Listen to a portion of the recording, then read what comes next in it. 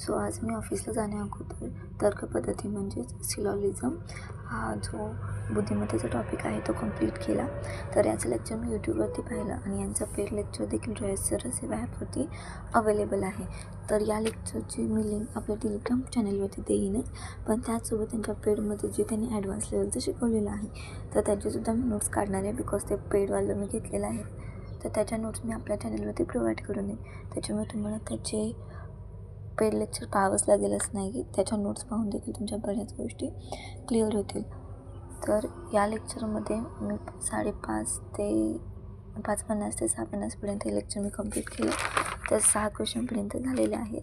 तर बाकीचे क्वेश्चन्स फक्त प्रॅक्टिससाठी आहेत, तर ते मी सोडवणार आहे आणि त्याचसोबत प्रॅक्टिसचे काही क्वेश्चन्स त्यांनी टेलिग्राम चॅनलवरती दिलेले आहेत तेही सोडवणार आणि त्याचसोबत तलाठीचे PYQचा जो सेट आहे त्याच्यामधून सिलॉजिझमचे जितके शक्य आहे तितके क्वेश्चन सॉल्व्ह करण्याचा आज प्रयत्न करणार, म्हणजे हा तर्क पद्धतीचा चॅप्टर अशा पद्धतीत क्लिअर होऊन जाईल.